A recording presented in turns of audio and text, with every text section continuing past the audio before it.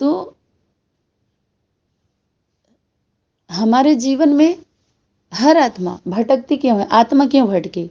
क्योंकि परम आत्मा भटकी ही तब जब परम पिता से दूर हो गई। तभी तो दुखी होते हैं। जब हमारे अपने बिछड़ जाते हैं, दुख में आने का कारण क्या होता है? जब बच्चे जन्म लेते हैं, सब कुछ ठीक ठाक रहता है तो दुख होता है किसी को, लेकिन एक दूसरे से जब हम बिछड़ जाते हैं तभी तो दुख होता है। तो आत्मा, परम पिता, परमात्मा, परम पिता भी तो पर्सनालिटी है, स्वरूप है ना। बाकी अदृश्य शक्ति जो सुप्रीम पावर है, उसको सुप्रीम कब कहेंगे? जब साकार शरीर में आके सुपर कार करेगी, बड़ी कार करेगी, तभी आप बोल सकते हैं ना भाई। अलग है तो उसका न बड़ा है न छोटा है, न अच्छा है न बुरा है, न सुख है न दुख है। अरे नाम गुण शक्ति का लिया ही तब गया जब साकार में आकर के काम हुआ। तो चाहे आप गाली दिए, महिमा किए, चाहे ग्लानि किए, चाहे गायन किए, वो तो तभी होता है जब सगुण साकार रूप वो शक्ति धारण करती है। वो तभी तो उसकी शक्ति, अपनी शक्ति को प्रत्यक्ष कब करती है? अपनी शक्ति को शक्ति बिखेरती कब है? जब सगुण साकार रूप में आती है। उन्हीं शरीरधारियों के लिए ही बिखेरती है, उन्हीं जीव जंतु पशु पक्षियों के लिए ही होता है। उसी के त्याग तपस्या से उनको ऑक्सीजन मिलता है, ऊर्जा मिलती है। बोले ना, कुछ आत्माएं होती हैं कि भाग्य से खाती हैं, कुछ कर्म करके खाती हैं। समझ में आया? कर्म करके खाने वाली आत्माएं अपने कर्म पर विश्वास रखती हैं, वो मजदूर होती हैं। भाग्य वाली जो भाग्यशाली आत्माएं होती हैं, उन्हें अपने भाग्य पर विश्वास होता है, धर्मार्थ परमार्थ पर विश्वास होता है, वो अपने भाग्य से जीवन जीती हैं। उनसे पूछिए तो अपने वो भाग लेती हैं सृष्टि के परिवर्तन में, वो भगती नहीं है। और वो मजदूर होती है, उन्हें प्रजा वर्ग की आत्माएं कहते हैं। वो लोग सुनाएंगे तो सही परमार्थ की बातें, लेकिन विश्वास नहीं रखते उस पर, उस शक्ति पर उनको विश्वास नहीं होता। सिर्फ बात करेंगे, उनके कार्य का गायन करेंगे, उनके नाम का गाएंगे, नाम को गाएंगे, उनके कीर्ति को कीर्तन करते हैं। जो कर्म की हुई होती हैं संगम पर वो आत्माएं, तो उनके कृति का कीर्तन करती हैं भक्त आत्माएं। समझ में आए? जब वर्तमान समय, जब वो कर्म करने का समय था तो तन तन के बैठी रहीं, अपने तन से तन के बैठी रहीं।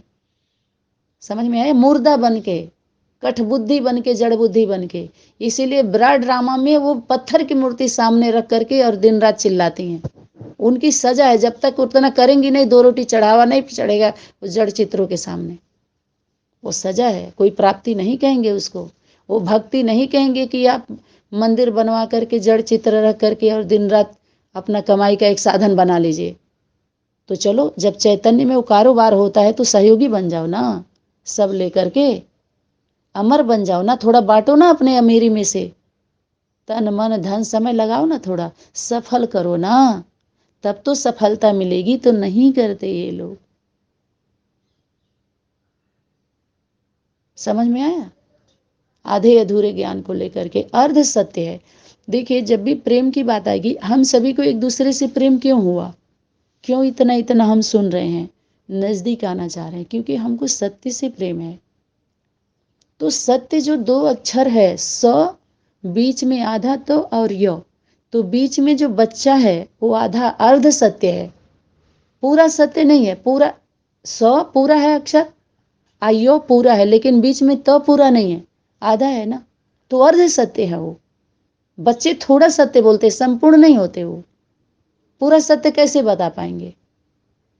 क्योंकि सम तो माता पिता हुए संपूर्ण, और वो पूर्ण होते हैं, उनके साथ होकर के पूरा हो जाते हैं, अधूरा नहीं रहते, लेकिन है तो अर्ध सत्य ना। तो इस सत्य परिवार से प्रेम होता है, सत्य प्रेम होता है। इसी प्रेम का गायन है, 2.5 अक्षर प्रेम का, पढ़े सो पंडित होए। प्रेम में मार्ग में आ जाओ, प्रेम करना सीखो, आपस में प्रेम करो देश प्रेमियों। और लोग तो मेहनत करते हैं हमारा प्रेम हो जाए, लेकिन होता नहीं है। प्रेम करने की कोशिश करते हैं, और हम लोग प्रेम स्वरूप हैं, नेचुरल प्रेम हो ही जाता है, होता ही रहता है, सबसे हम प्रेम कर लेते हैं। सबके प्रति दया भाव होता है, कण कण से प्रेम करते हैं, मिट्टी का भी हम सम्मान करते हैं।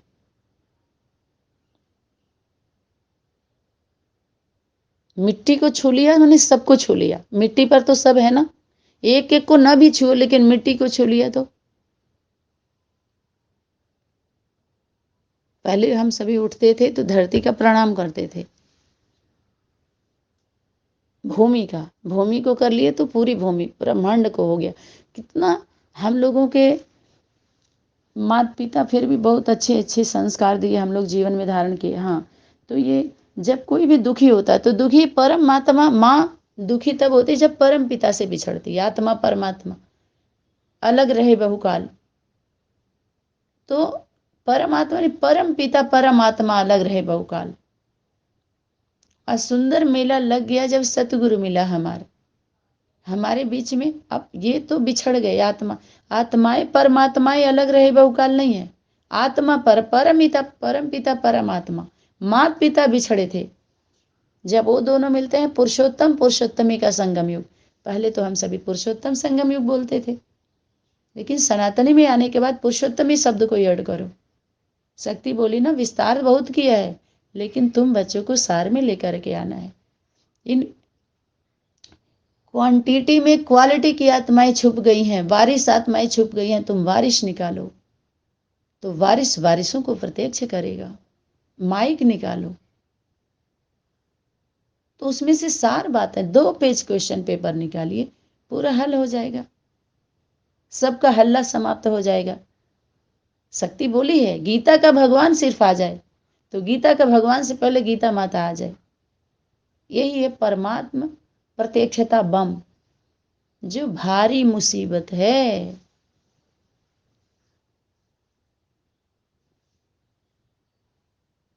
अब कोई माता पिता बच्चों के लिए मुसीबत नहीं होते हैं, लेकिन जो कह रहे हैं मान नहीं रहे हैं,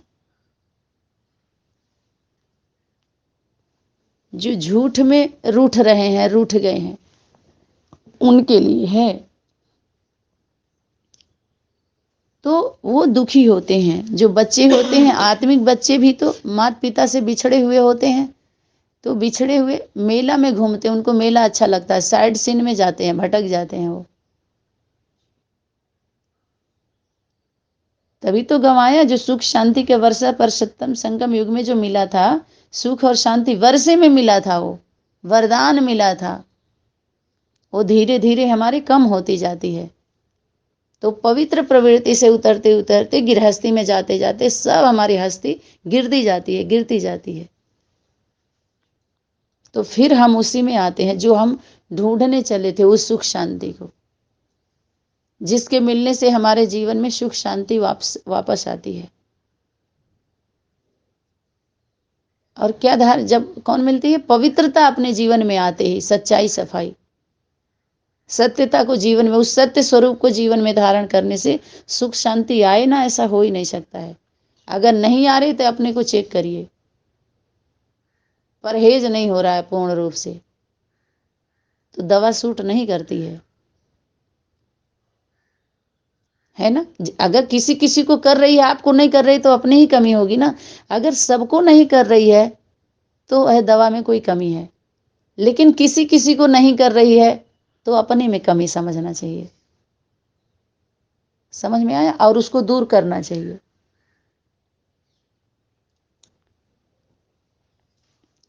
तो दुख हरता सुख करता, ऐसे दुख कोई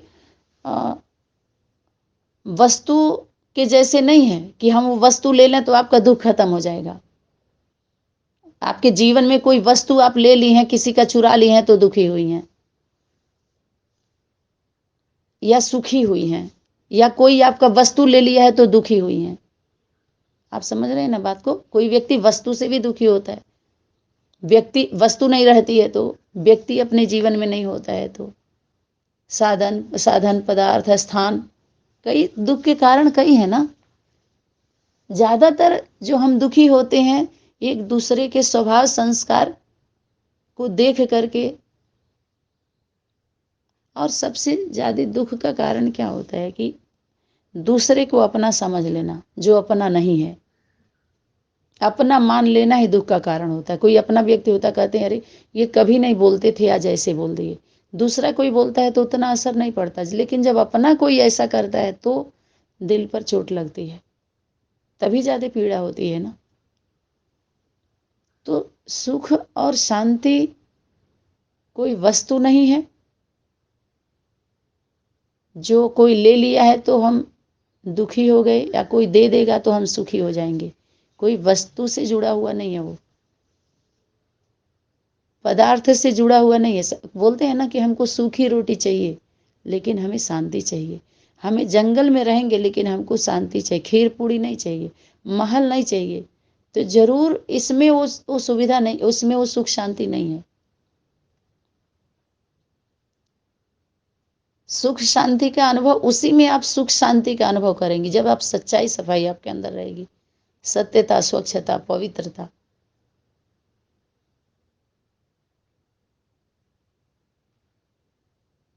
और दूसरे के अधिकार का जब लिए रहेंगे तो वो दुख है, शांति ही देता है वो आपको। चाहे व्यक्ति हो, उस तरह की शिक्षा भी दुख देगा, प्राप्ति भी दुख देगा, संबंधी भी दुख देंगे, पदार्थ भी दुख देगा, स्थान भी दुख देगा, दुख ही दुख होगा। तो वो शांति आपके वहाँ स्थान कब लेगी, उसकी प्राप्ति अपने जीवन में शामिल कब होगी? जब प्योरिटी आएगी आपके अंदर, और पवित्र ही बनाती है, जो कहते हैं पावन बनाती है। तो सच्चाई सफाई से रहने के लिए धीरे धीरे आप सत्य के नजदीक आती हैं, तो जो हम सत्य समझ के बैठे होते हैं उसको परिवर्तन नहीं करते। तो इसमें बहुत बातें आ जाती हैं, ठीक है। तो विकारों को, उसको हम विकार समझ लेते हैं, विपरीत कार्य। सबसे बड़ा पाप क्या है? बाहरी दुनिया के लोग, ऋषि मुनियों ने जो खोजा है, उनकी खोज है, उनके खोज को भी देखिए, उसका भी आप ऑपरेशन करके समझिए कि क्या मिलता है, या प्रयोग करके देखिए कि सत्य के बराबर कोई तपस्या नहीं है, झूठ के बराबर कोई पाप नहीं है। तो सत्य क्या आप सच नहीं है? हर व्यक्ति कह रहा मन रहे चंगा तो कठौती में गंगा, लेकिन कठौती में गंगा कहाँ उतरी थी? सभी उतार लिए थे, सभी उतार लेंगे। सबका मन चंगा है अपने आप में। अपने जो आप कर्म कर रही हैं पारिवारिक, उसमें आप सच्चे हैं, आपको लग रहा है सच्चे हैं, लेकिन आपका कुछ और भी कर्तव्य है जो आप उसमें सच्ची नहीं है। हर माता पिता का सिर्फ यही कर्तव्य नहीं होता है कि शादी ब्याह हो गया, करवा दिया, बच्चे को वो कर दिए, उनका कर दिए, बस हम मुक्त हो गए।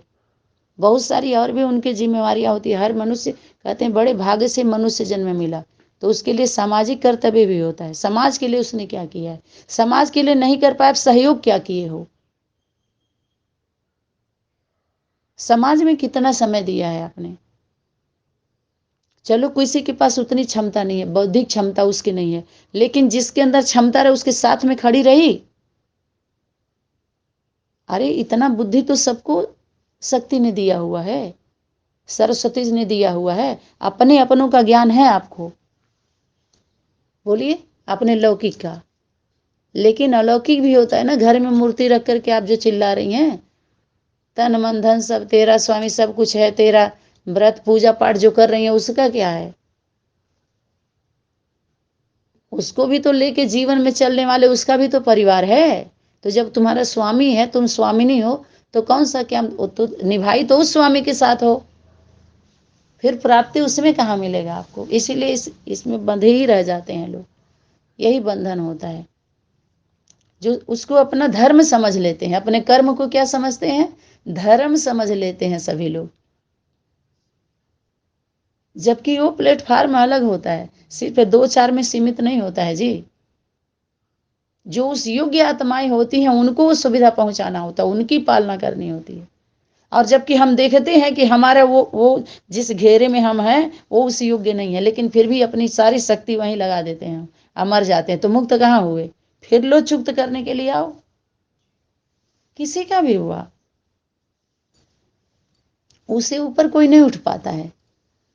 सिर्फ ऊपर ऊपर की बात करते हैं लोग, हे ऊपर वाले, हे पहाड़ों वाली, हे शेरा वाली, बस शोर मचाएंगे शेरा वाली का नाम ले लेकर। आई भूल जाते हैं कि हमको भी कुछ कार्य करना होगा। कोई को भी हम इष्ट मानते हैं तो इष्ट की क्यों नहीं मानते? क्या हमारे जीवन में ऐसा कभी समय नहीं आएगा जो हमारे पूर्वज, जिसको हम पूर्वज बोलते हैं, जो कल्प वृक्ष के नीचे जो अष्टदेव अष्ट देवियां हैं, वो अनेक स्वरूप से वो आपसे वार्तालाप नहीं करेंगी? आपका परीक्षा नहीं होगा क्या? आप वचन नहीं, क्या वचन ऐसे ही होता है क्या? रघुकुल घराने में तो यही बोला गया है कि वहां वचन चलता है, वचन का चयन होता है। बेचने बाचने का काम वहां नहीं होता, वहां लखने का काम होता है। लिखना बंद हो जाता है एक समय के बाद। जब हम लख लेते हैं तो लिखना बंद कर देते हैं।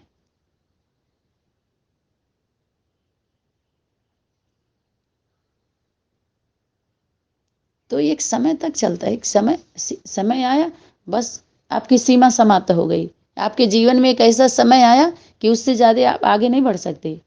कहते ना, ये है समय की सीमा, सीमा समाप्त है, आगे मत बोलना भी नहीं है आपको, बोल भी नहीं सकते, चल भी नहीं सकते।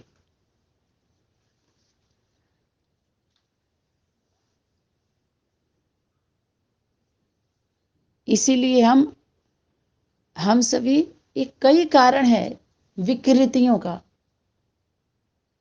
एक ही नहीं है। कह तो रहे, एक एक विषय पर शायद पूरा जीवन चला जाएगा लेकिन बंद नहीं होगा, ऐसी हालत है।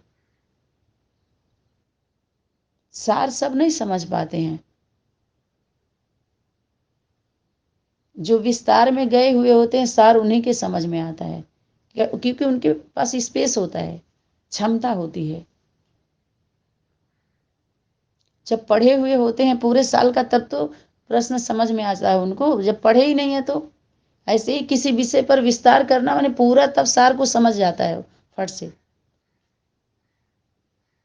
एक दूसरे से हमारे दिली कनेक्शन होता है तब तो इशारे को समझते हैं। यहाँ दिल का कनेक्शन कहाँ है? दिल का कनेक्शन होता तो दूर रहता कोई। साथ का मतलब क्या होता है? मन से साथ, बुद्धि से साथ, वाचा से साथ, कर्मणा से साथ। कैसा साथ होता है? कहते हैं साथ साथ चलेंगे है ना। तो ये भी है। यहाँ पर जो विकारों के वशीभूत हुआ मनुष्य पवित्रता के लिए भी परमात्मा ही की आरती करता है। अब आरती से किसी का पाप हट जाता है? विषय विकार मिटाओ, पाप हरो देवा।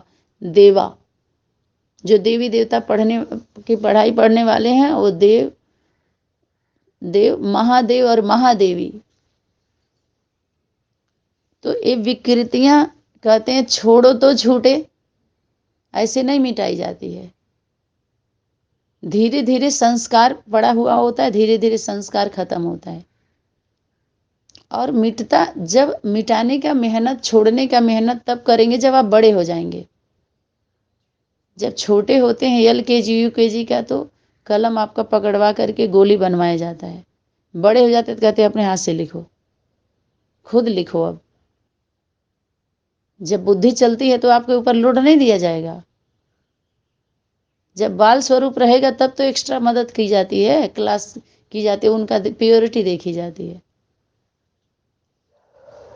जो ज्यादा समझदार तो कहते हैं तुम भी संभालो और अपने भाई बहन को भी संभालो। इस तरह के लोगों को ये लोग सेवा कर सकते हैं, इस तरह के लोगों को ऐसे सेवा कर सकते हैं। तो उसमें जो क्या बोलते हैं कि विषय विकार मिटाओ, मैं पूत हूँ, कपटी हूँ, पापी हूँ, खली हूँ, कामी हूँ, फिर भी बालक तुम्हारा हूँ। अब बताइए, जो पवित्रता का सागर है उसका बच्चा पवित्र कैसे हो सकता है? जो ऊंच है उसका बेटा नीच कैसे हो सकता है? वो तो पास में रहेगा ना। जो वो उसका बेटा कपटी कैसे हो सकता है? कपट कैसे कपट लेगा? वो कैसे झपट लेगा? अब सोचिए ना। तभी शक्ति बोली, बाप इतना ऊंच और बच्चे इतना नीच, तो मिलन कैसे हो? मिलन तो बराबरी में होता है ना। इन विलन से थोड़ी मिलन होता है। विलनों से। वो तो लड़ाई लड़ते हैं सब, पिक्चर में तो एंटी पार्टियां होती हैं। अरे मिलन तो अपने अपनों से होता है ना, विलनों से थोड़ी होता है जो बीच में आते हैं। आदि का पाठ अंत में चलेगा, बीच में चलेगा थोड़ी ही बोला था। बीच में तो विलेन आए हैं, अपना कार्य किए हैं, देख लो।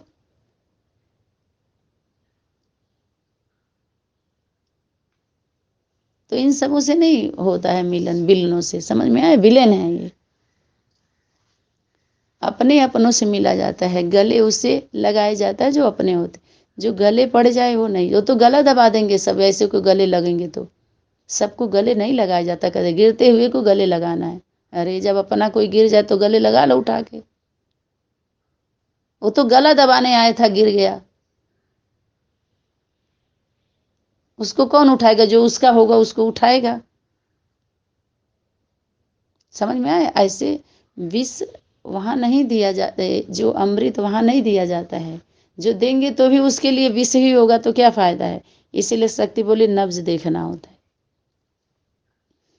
ठीक है, तो यहाँ पर बुराइयों को दूर करने के लिए जो ईश्वरीय ज्ञान है, अब देखिए, ईश्वर और ईश्वरी, ईश्वर एक वचन, ईश्वरी एक वचन, ईश्वरीय बहुवचन। तो ईश्वरीय ज्ञान ना कह के, अगर ईश्वर ईश्वरीय तो ईश्वरीय बच्चे हो गए फिर। लेकिन गीता का ज्ञान, गीता के बच्चे, जब वो ज्ञान मिलेगा, कहते हैं कि ईश्वरीय ज्ञान देते हैं कौन आकर के? परम पिता परमात्मा बुराइयों को दूर करने के लिए। ज्ञान से बुराई दूर होगी, अज्ञानता से बुराई आती है। अज्ञानता में धीर, देखिए, बुराई माने झूठ, बताए ना कि झूठ जहां है तो अरे आपके अंदर विकृतियां, वही विकृतियां हैं। सच बोलना कब सीखेंगे आप? सच बोलने कब आएगा? ईमानदारी से रहने। ईमान आपके अंदर कब आएगा? माता पिता जब सच्चे के साथ आप मिलेंगे, तब आप पक्के भी होंगे, सच्चे भी होंगे, तो धीरे धीरे, अरे एक पत ही चढ़ा लो जी, चढ़ेगा तो सही। तो यही आत्माएं हैं जो जिस जिस, जैसे मान लीजिए कि कोई लोहा है, तो सच के साथ आकर के उस पर सोने का परत चढ़ जाएगा, तो थोड़े समय के लिए सोना रहेगा तो सही ना। उसकी तपस्या कहिए या कर्म का फल कहिए, जो भी है मिल जाए, मिलता ही है वो तो। कोई चांदी है, उसके ऊपर सोना चढ़ गया, पीतल है सोना चढ़ गया, वो है तो सोना सोना ही। कोई चांदी वाली आत्मा है, उसके लोहे के संपर्क में आ गई तो चांदी चढ़ेगा। माने जो जिस धातु का रहेगा, जिसके संपर्क में आएगा, ऊपर वाला रहेगा तो वो चीज देगा।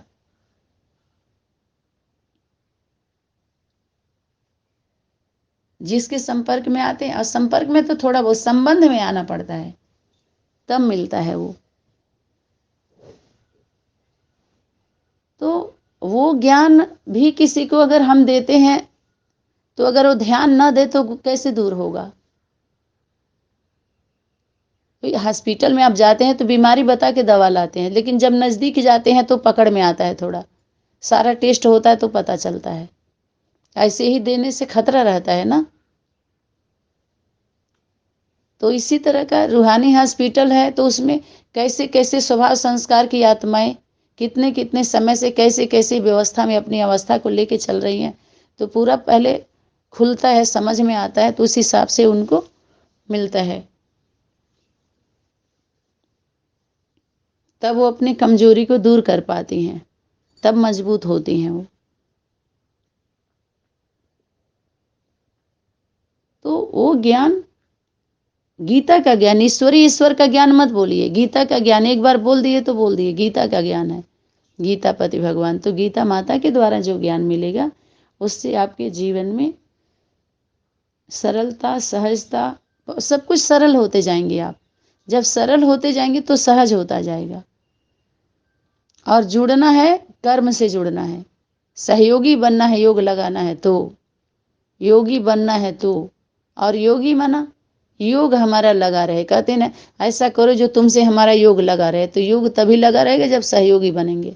सीधा सीधा सिंपल फंदा है परमात्मा शक्ति का। बोलिए, सरल सहज जब हमारा किसी से प्रेम होता है, जब उसके साथ रहने लगते हैं तो सरल याद नहीं आता है वो बैठ करके याद करने की कोई ज़रूरत नहीं होती है, ठीक है। तो इसी तरह से हम सहज राजयोग की अगर बात आएगी, सहज राजयोग, तो कितना राज जान जाएंगे। राज माना ही गुप्त, राजेश्वर राजेश्वरी, गुप्तेश्वर गुप्तेश्वरी। तो वहां से राज अपने जो बच्चे होते हैं, नजदीक होते हैं, वो धीरे धीरे जानते ही जाते हैं राज, उनसे कुछ छुपता नहीं है। जब साथ में प्रैक्टिकली आप रहने लगेंगे तो सभी कर्मों से आप अवगत होती ही जाती हैं, बहुत कम ही शेष रह जाता होगा। लेकिन इतना ज्यादा, इतना राज तो जाने जाते हैं ना, वो कम बात होती है क्या। धीरे धीरे, तो उसके लिए राज जानने के लिए पहले तो राजी होइए, एक दूसरे से राजी ही नहीं हो पाते हैं पूर्ण रूप से। तो ये परम पिता परमात्मा का जो हमारा जो एक होकर के जो पथ पर चलने के लिए जो रास्ता बताते हैं, सहयोग देते हैं, सहायता करते हैं, तो वो कुछ लोगों के लिए वो पुरुषार्थ हो जाता है। उसके लिए बोल रहे हैं कि पुरुषार्थ हमें करना पड़ता है, मेहनत करना ही नहीं है, आज्ञा पर चलना पड़ता है। वहां पर वो लोग पुरुषार्थ शब्द बोले और शक्ति बोले कि बच्चों की मेहनत देख बाप दादा को, अर्थात माता पिता को रहम आता है कि बच्चों से मेहनत थोड़ी करवाते हैं, वो आज्ञा का पालन नहीं करते हैं। कहते हैं नहीं, हम ऐसे आपकी बात नहीं मानेंगे, हमको तो बड़ा बनना है, हमको इंजीनियर बनना है, हमारा भविष्य इसमें नहीं है, आपके इस शिक्षा में। जो बुद्धि चलाने वाले बच्चे होते हैं वो माता पिता से ऊपर होके करते हैं, आपके इसमें हमारी भविष्य नहीं, तो अपनी इच्छा पूर्ति के लिए वो दूसरी शिक्षा लेते हैं, समझ, दूसरे तरह से अपने जीवन को चुनते हैं जीना। तो उनका क्या होगा, उनका मंजिल वो अपना खुद घर बनाएंगे अपना, उस घर में अच्छा नहीं लगेगा उनको, और पथ रास्ता भी दूसरा चुन लेते हैं, अपने हिसाब से चुनते हैं। तो इस तरह के बच्चे होते हैं जो अपनी इच्छा के पूर्ति के लिए, वो अविद्या नहीं हो पाते, इच्छा मात्रम अविद्या, उस अविद्या नहीं हो पाते, उससे उनके अंदर रह ही जाता, तभी तो घरों से बाहर जाते हैं वो, नहीं तो उससे बाहर क्या जाएंगे। समझ में आया। तो यहाँ पर जो परम पिता परमात्मा द्वारा उद्घाटित ज्ञान एवं सहज राजयोग का पथ प्रशस्त किया गया है, इस चित्र रूप में अंकित किया गया, उनके द्वारा ये जो उस विषय पर लिखा हुआ है, तो इसको तो इस पर आज का क्लास हुआ, ठीक है। तो अच्छा है, हर विषय पर प्रकाश डालना चाहिए, इसमें इतना सोचने का नहीं है कि इस विषय पर इतना हो गया उतना हो गया, 2 दिन हो गया, कोई बात नहीं है, तो अच्छे से क्लियर तो हो जाएगा ना सबके बुद्धि में, है कि नहीं। धीरे धीरे, ये भी प्रतिदिन आधा आधा आप सुनिए, आधे आधे घंटे का सुनिए, 3 दिन में सुनिए, एक ही दिन में इतना क्यों। समझ में आया। तो इसमें बोल रहे हैं कि इन्हें पढ़ने से आपको बहुत नए नए रतन मिलेंगे, पढ़ने से रतन मिलेंगे। पढ़ करके किसी को रतन मिलता है, पढ़ाई से, शिक्षा से मिलता है या भोलापन से मिलता है। कभी मिट्टी को मोती बनते हुए देखा, रतन बनते हुए देखा, भोलापन से मिलता है। समझ में आया। बुद्धिवादियों को कभी नहीं मिलता, आप कहानियों में देखिए, जो ज्यादा चलाए हैं उनको सरल, वो तो सरल सहज, वो न बिकता है, कहते कहे ना, न खरीदा जाता है न बेचा जाता है, वो न नगद है न उधार है, न खरीदा जाता है न बेचा जाता है। अरे वो तो उधार है, जगत का उद्धार करने के लिए आता है, उसको कोई वो बिकता ही नहीं है। सत्य कभी नहीं बिकता है, झूठ उसे खरीद नहीं सकता है। आज जो बिका वो सत्य था ही नहीं। समझ में आया। जो बिका वो सत्य नहीं था, सत्य को कभी झूठ खरीद नहीं सकता है। कहते ना, सत्य रिश्वत सत्य को खा लेता है, असत्य को खाया है, और जो खा लिया वो पचा नहीं सकता है। मानो मैं सत्य हूं, मेरी हार हो गई, तो थोड़े समय के लिए उनके उसमें हार हुई है, उनके व्यवस्था में, लेकिन हमारी सत्य की हार होती ही नहीं, लेकिन उसको हम हार समझ लेते हैं। कहते सत्य थे तो क्यों क्यों नहीं जी, यहाँ जीत के दिखा दो, यहाँ पाके दिखा दो, क्योंकि उनके झूठी मायावी दुनिया में उसी को हार जीत समझते हैं, उससे ऊपर का उनको दिखाई नहीं देता। समझ में आ रहा है। उनकी वो प्राप्ति उनको दिखाई नहीं देती। वो स्थूल प्राप्ति, धन दौलत व्यवस्था, पब्लिक को देखते हैं प्राप्ति कि खूब ज़्यादा धन आ रहा है, व्यवस्था है, पब्लिक है तो प्राप्त हो गए। समझ में आया? इसमें फंस जाते हैं। उन्हें इनकी परीक्षा होती है, इन चोरों की। ये ईमानदारों का नहीं है, वो तो सदा उनका विजय होता है। तो ये है यहाँ पर नए नए जो अब प्रैक्टिकल रीति से राजयोग का अभ्यास। राजयोग का अभ्यास क्या होता है? उनके जीवन में सदा होता है। सत्य से हम जुड़ते हैं तो योग लगा ही रहता है उनका, अभ्यास नहीं करते। अभ्यास ये पढ़ाई पढ़ने वाले जो होते हैं ना, जो उनके नाम पर स्कूल खोले हैं, जो उस शक्ति को प्राप्त करने के लिए, तो वो लोग अभ्यास करते हैं। यहाँ पर ऐसा नहीं है। ठीक है, तो यहाँ पर लिखे हैं कि आप ईश्वरी विश्वविद्यालय के किसी भी सेवा केंद्र पर आकर निःशुल्क सेवा का लाभ ले सकते हैं। उठावें इनके पथ प्रदर्शनी में। ये पहला लेसन था और कल से जो है इस पर चलेगा। आत्मा क्या है और मन क्या है, ये बॉडी सिस्टम पर आएगा क्लास। आज का क्लास यहाँ पर इतना ही है, और भी है लेकिन यहीं पर क्लोज करेंगे इसको। ठीक है, ओम सनातनी शांति। तो यहाँ जो बोले कि निःशुल्क सेवा, अरे निःशुल्क सेवा तो माँ ही देती है, जो उसे शुल्क की इच्छा नहीं रहती है। भाई बहन कभी निःशुल्क शिक्षा नहीं देते, वो शुल्क लेते ही हैं, आपको पता ही नहीं है। आपसे भिक्षा भी मंगवाते हैं, भिक्षा भी देते हो और मांग करके भी देते हो, तब भी इनकी इच्छा पूर्ति नहीं हुई, आपकी भी नहीं हुई। तो ये शिक्षा भिक्षा मांगने वाली है वो शिक्षा। लेकिन माँ की शिक्षा कर्मयोगी बनाती है, भिक्षा नहीं मंगवाती, आत्मनिर्भर बनाती है। इस तरह की शिक्षा नहीं देती हो, इस तरह के प्रलोभन नहीं देती। सनातनी विद्यालय का क्लास आप देखिए, इस तरह के प्रलोभन नहीं है उसमें। ठीक है, धन्यवाद। ओम सनातनी शांति।